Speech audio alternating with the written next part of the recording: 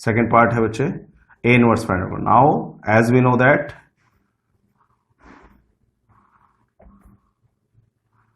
from equation 2, that is a square a cube minus 5a square plus 7a minus 3i is equal to O.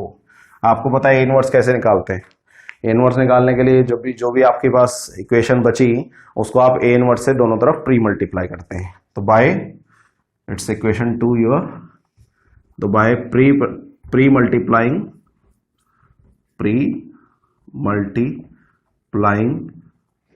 Equation 2 by A inverse we get A inverse करें. लो जी, that is A cube, ये करीब साथ साथ multiply कर देते हैं. A cube sorry A inverse into A cube minus 5 A inverse into A square plus 7 A inverse into A minus 3 A inverse into I is equal to A inverse into O. अब जब भी A inverse से एक ए इसमें से ले लेंगे वो आई बन जाएगा. ए इनवर्स इंटू ए आई होता है तो एक ए स्क्वायर बचेगा यहाँ पे. इसी तरह यहाँ एक पावर कम हो जाएगी. ए इनवर्स इंटू ए क्या होता है आई, दैट इज 7i. और किसी मैट्रिक्स को अगर आई से मल्टीप्लाई करते तो क्या आता है, वही मैट्रिक्स आती है. और किसी मैट्रिक्स को 0 से मल्टीप्लाई करते तो 0 आता है. अब अल्टीमेटली मुझे ए इनवर्स चाहिए, तो ए इनवर्स कैसे निकलेगा, minus 3 A inverse is equal to minus A square plus 5a minus 7i. A inverse को इधर रखा, बाकी सारे टर्म्स को दूसरी तरफ. अब ए इनवर्स की वैल्यू बताइए, 1/3 ए square minus 5a plus 7i. तो ये आपकी किसकी वैल्यू है, ए इनवर्स की. ए इनवर्स की वैल्यू है ना, तो कुछ भी नहीं करना, बहुत आसान है. अब इसके बाद आपको किस की वैल्यू पुट करनी है, आई वो पता है, ए वो पता है, और ए स्क्वायर वो आपने निकाल रखा है. तो कर देते हैं पुट, चलो करते हैं. That is 1/3 5 4 4 0 1 0 4 4 5. That was your A square minus 5a, that is 2 1 1 0 1 0 0 sorry 1 1 2, and lastly 7i 1 0 0 0 1 0 0 0 1. तो ये आपका है. इसको सिंप्लीफाई करें, मैं डायरेक्ट लिख रहा हूं सिंप्लीफाई करके. आपको मैंने मैट्रिसेस को कांस्टेंट से मल्टीप्लाई करना आना भी सिखा रखा है और उनको ऐड करना भी सिखा रखा है. चलो, तो इट विल बी 5 माइनस 10, ठीक है, 5 minus 10 that will B 5 minus 10 that will be minus 5 plus 7 that will be 2. 4 minus 5 that will be minus 1 plus 0 minus 1. 4 minus 5 that will be minus 1 again. Okay, 0 0 and 0 all are zeros, so that will be simply 0. 1 minus 5 that will be minus 4. 1 minus 5 minus 5 into 1 minus 4 5 हो जाएगा ना. 1 minus 5 minus 4 plus 7 minus 4 plus 7 that is 3, और lastly 0 आएगा. वो आप check कर सकते हैं. Similarly 4 minus 5 4 into minus 5 into 1 minus 5 into 1 minus 1 हो जाएगा. ठीक है, तो आप सिंप्लीफाई करेंगे, ये आएगा, चेक कर सकते हैं. ठीक है, यही आएगा. तो this is your A inverse. आप इसको ऐसे भी छोड़ सकते हैं और आप इसको ऐसे भी छोड़ सकते हैं.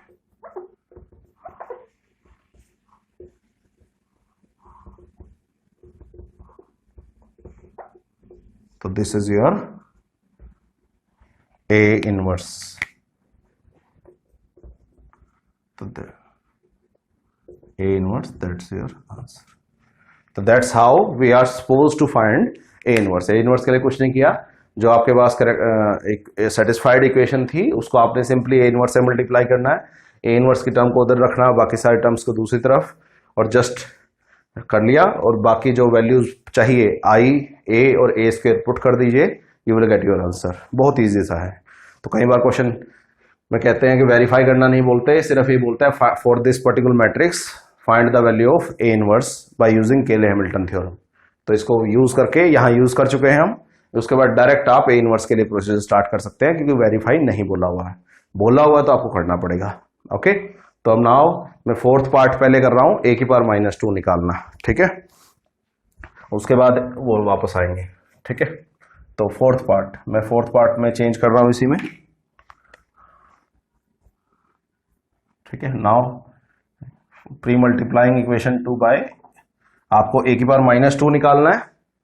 अगर आपको ए की पावर -2 निकालना है तो आप ए की पावर -2 से मल्टीप्लाई करेंगे, तो मैं वही कर रहा हूं, ए की पावर -2 से कर रहा हूं, दैट विल बी -2। चलो इसको रब कर देते हैं एक बार,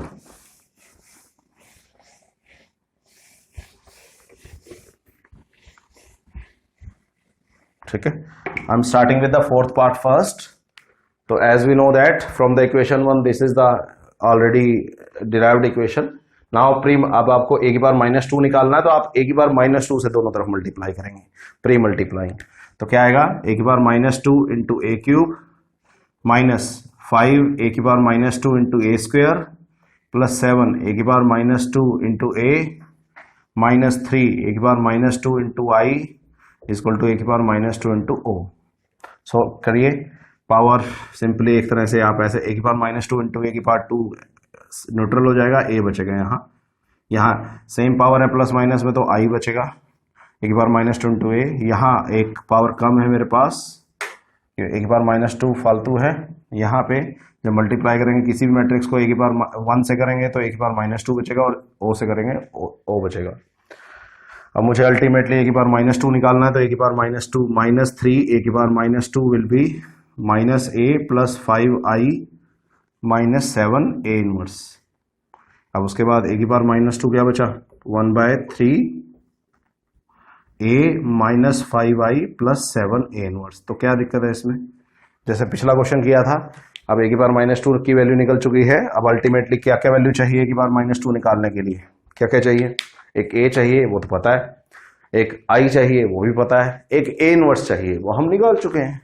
तो ठीक है, तो ए की पावर -3 की वैल्यू, ए की पावर -2 निकालना तो बहुत आसान है, कोई बड़ी बात नहीं है। सिमिलरली अगर इसके बाद ए की पावर अब इसमें पुट कर सकते हैं, ए पुट कर सकते हैं, यहाँ से आई पुट कर सकते हैं 1 0 0 0 1 0 0 1 1 0 0 1, और ए की पावर -1 पुट कर सकते हैं, वहां से ए इनवर्स पुट कर सकते हैं। तो that's how you can extract the value of A की पावर -2 वेरी इजिली। ओके, ठीक है, होपफुली ये सोल्व कर लेंगे।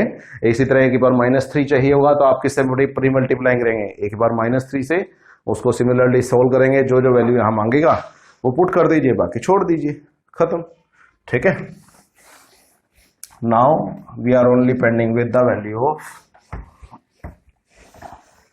स्टेप 3।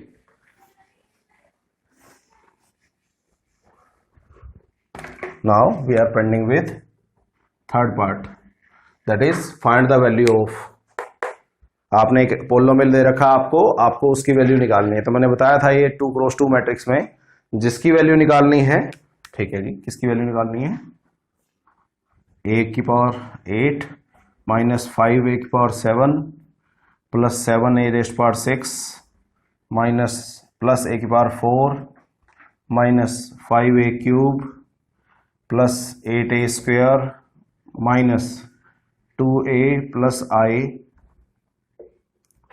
इसको किससे डिवाइड करेंगे, जिसकी वैल्यू हमें पता है, किसकी वैल्यू हमें पता है, ए cube -5a square plus 7a -3i।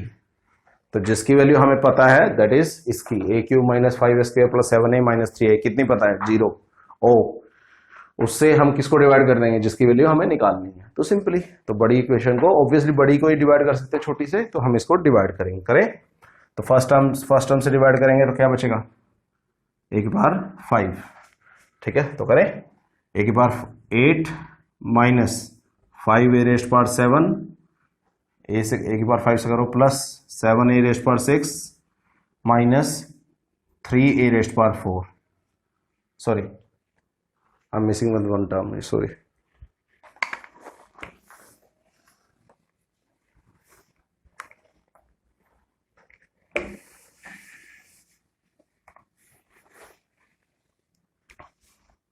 Now part 3, find the value of of given polynomial. ठीक है, आपको इस पोलिनोमियल की वैल्यू निकालनी है। तो क्या मैंने बताया था कैसे करते हैं, जिसकी वैल्यू निकालनी है that is A raised power 8 minus 5 A raised power 7 plus 7 A raised power 6 minus 3 A raised power 5 plus A raised power 4 minus 5 A cube plus 8 A square plus minus 2 A plus I को divide करेंगे किससे, जिसकी value पता है that is A cube minus 5 A square plus 7 A minus 3 I. तो जिसकी value पता है उससे डिवाइड करेंगे जिसकी वैल्यू निकालनी है। करें डिवाइड, ठीक है, क्लियर हो गई बात। ठीक है, हमने इस इक्वेशन को बड़ी इक्वेशन को छोटी इक्वेशन से डिवाइड करना है, ऑब्वियसली कर भी यही सकते हैं। तो पहली टर्म किस पे जाएगी डिवाइड होगी, ए की पावर 5 पे। आपको पता होगा फर्स्ट टर्म को फर्स्ट टर्म से डिवाइड करता है दैट इज ए की पावर 5। ए की पावर 8 को ए की पावर 3 से करोगे तो ए की पावर 5 आएगा। करो मल्टीप्लाई जरा, यहाँ ए की पावर 8 माइनस 5 ए की पावर 7 प्लस 7 ए की पावर 6 माइनस 3 ए की power 5। Luckily all terms are matching तो they will be simply cancelled out. तो लकीली ये क्वेश्चन में आसानी गिवन है कि डिवीजन, तो ये घटा ये घटा, ये भी कैंसिल ये भी cancel, luckily all will be cancel. नहीं तो कोई बात नहीं, फिर क्या होगा डिवीजन बड़ी बड़ी हो जाएगी। तो बाकी टर्म्स उतारो नीचे, 4 टर्म्स है मेरे डिवीजर में, तो 4 टर्म्स मुझे चाहिए। तो मैंने एज सच बाकी टर्म्स उतार ली क्योंकि मेरी ये कट चुकी हैं, नहीं कटती तो वो एज सच काम आ जाती। ठीक है, अब किस पे जाएगा, ए पे जाएगा। ओके, ए की पावर 4 को ए की क्यूब से डिवाइड करोगे तो ए पे जाएगा। तो दैट विल बी ए की power 4 minus 5 A cube plus 7 A square minus 3 A. After division it will be minus, it will be plus, it will be minus, it will be plus. क्या क्या cancel होगा देखो, ये भी cancel हुआ, ये भी कैंसिल हुआ, तो बचा क्या, तो दैट इज ए स्क्वेयर बचा यहाँ पे और प्लस ए बचा यहाँ पे और प्लस आई बचा वहां से। तो this is your remainder finally. इसके बाद आप फर्दर डिवाइड नहीं कर सकते, क्यों, क्योंकि आपकी मिनिमम पावर जो डिवीजर की है वो ए क्यूब है और वहां ए स्क्वायर बचा है। तो ये आपका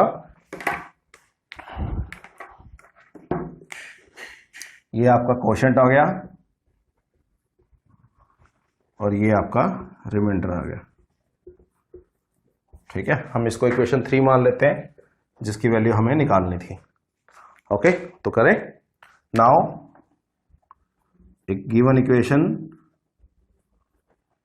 3 कैन बी रिटन एज, मैंने बताया था कैसे लिख सकते हैं, जो रिटन एज कैसे लिख सकते हैं अंदर वाले को, इसकी और इसकी डिवीजर एंड कोशेंट की प्रोडक्ट प्लस में remainder, that will be A cube minus 5 A square plus 7 A minus 3 I. करके देख ले सकते हैं अगर आपको डाउट है तो वही, ए raised power 5 plus A plus A square plus A plus 1 आई। हमने क्या किया, इसकी इंटू इसकी प्रोडक्ट प्लस में ये। ठीक है, तो its value is 0 from equation 2 देख सकते हैं, इसकी लेफ्ट हैंड साइड की वैल्यू 0 है, into A square plus A that is plus A square, sorry it is A raised power 5 plus A plus 1 I. तो simply it will remain with, लो जी ये बचा। अब कई बार वो क्वेश्चन कहता है कि express this equation into quadratic form, क्योंकि क्वाड्रेटिक इक्वेशन है तो आप यहीं छोड़ सकते हैं, नहीं तो जनरली इसकी वैल्यू पूछ लेता है। तो वैल्यू आपको पता है, ए स्क्वायर की वैल्यू आपने निकाल रखी थी, it was 5 4 4 0 1 1 sorry 0 1 0 and 4 4 5 plus A की 2 1 1 0 1 0 0 1 1 2 plus I that is your 1 0 0 0 1 0 0 0 1. So finally after evaluating this one, 5 plus 2 7 plus a 1 8, that will be 5 5, it will be 3 0 3 0. आप सोल्व कर सकते हैं, 4 plus 1 5 plus 0 5 5 and lastly 8 is there. So this is your answer. तो आप देखिए आपने क्या किया, बड़ी इक्वेशन को डिवाइड कर लिया जब छोटी से इससे, तो अल्टीमेटली आपका क्वेश्चन जो है वो आपकी ए की पावर 8 से अल्टीमेटली ए स्क्वायर पर रिड्यूस हो गया। ए की पावर 8 पुट करना ऑब्वियसली बहुत मुश्किल है, तो इसलिए आप ए स्क्वायर से काम इजीली हो जाता है। तो इट्स ऑलवेज गुड, जिस भी पोलिनोमियल की वैल्यू निकालनी होगी आप उसको किससे डिवाइड करें, जिसकी वैल्यू आपको पता है, उसको मिनिमाइज फॉर्म में ले आएगा, क्योंकि ऑब्वियसली जब कोशेंट डिवीजर और कोशेंट को मल्टीप्लाई करेंगे that part will be always zero, तो बचेगा क्या, हमेशा रिमाइंडर बचेगा, और रिमाइंडर कंपैरेटिवली इजी होगा मैनेज करने में, तो आप आराम से उनमें वैल्यू पुट करके ओवरऑल पोलिनोमियल की वैल्यू निकाल सकते हैं। तो मेनली खत्म करते हैं इस क्वेश्चन को, कंक्लूड करते हैं। तो मैट्रिक्स गिवन थी, फर्स्ट केले हैमिल्टन थ्योरम वेरीफाई करना था, तो वेरीफाई करने के लिए पहले अप्लाई करना पड़ता है, अप्लाई करने के लिए कैरेक्टरिस्टिक इक्वेशन चाहिए। तो मैट्रिक्स मुझे पता थी, ए माइनस लैम्डा आई मैंने निकाला, ए माइनस लैम्डा को डिटरमिनेंट को जीरो पुट करने से मेरी कैरेक्टरिस्टिक इक्वेशन निकली, उसके बाद मैंने केले हैमिल्टन थ्योरम उस पर अप्लाई कर दी। अब ये एक तरह से रूल बन गया मेरे लिए कि आराम से, क्योंकि केले हैमिल्टन थ्योरम हमेशा वेरीफाइड है तो हमें उस पर कोई डाउट नहीं होना चाहिए। उसके बाद वो कुछ भी पूछ सकता है आपसे, फर्स्ट वेरीफाई करना, वेरीफाई करने के लिए आपको लेफ्ट हैंड साइड को की value equal to right hand side prove करनी है। तो लेफ्ट हैंड साइड में आई चाहिए वो पता है, ए चाहिए वो गिवन है, ए स्क्वायर आप निकाल सकते हैं, ए क्यूब आप निकाल सकते हैं, और सिंपली पुट आउट करके आपकी वैल्यू राइट हैंड साइड के इक्वल आ जाएगी। उसके बाद सेकंड पॉइंट ए इनवर्स निकालना था, तो मैंने बताया था जो भी आपकी केले हैमिल्टन थ्योरम अप्लाई करने के बाद इक्वेशन आई है उसको सिंपली ए इनवर्स से प्री मल्टीप्लाई कर दीजिए, और ए इनवर्स को एक तरफ रख के बाकी सारे टर्म्स को दूसरी तरफ, और जो वैल्यू चाहिए पुट कीजिए, आंसर आ जाएगा। इसी तरह ए की पावर -2 भी ऐसे किया था, ए की पावर -3 भी ऐसे ही किया था। फोर्थ एंड लास्ट पॉइंट, किसी पोलिनोमियल की वैल्यू पूछ सकता है, तो कुछ नहीं करना, जिस भी पोलिनोमियल की वैल्यू पूछे उसको डिवाइड कर लो, जिसकी वैल्यू पता है उसको सिंप्लीफाई कर लो, रिमाइंडर बचेगा आपका, उसको आप जो गिवन पोलिनोमियल है उसको एक्सप्रेस कर लो in the terms of division, quotient and remainder. आपको पता है डिवीजन कोशेंट हमेशा प्रोडक्ट होंगे और रिमाइंडर हमेशा ऐड होगा। डिवीजन कोशेंट का प्रोडक्ट तो हमेशा ही जीरो बनेगा क्योंकि डिवीजन हमेशा जीरो होगा, तो सिंपली ये जीरो हो जाएगा, तो रिमाइंडर आपका बचेगा, रिमाइंडर में वैल्यू पुट करेंगे आपका आंसर आ जाएगा। That was all about Cayley Hamilton theorem. We are only left with the proof of Cayley Hamilton theorem, वो हम नेक्स्ट लेक्चर्स में करेंगे। तो that's done with the Cayley Hamilton theorem, just to care about it. Important topic is there, कई बार आ जाता है, question भी आया हुआ है इस पे, एमडीयू में भी, आईपीयू में भी, और दैट इज कुरुक्षेत्र यूनिवर्सिटी में भी, तो just do care about it. Okay.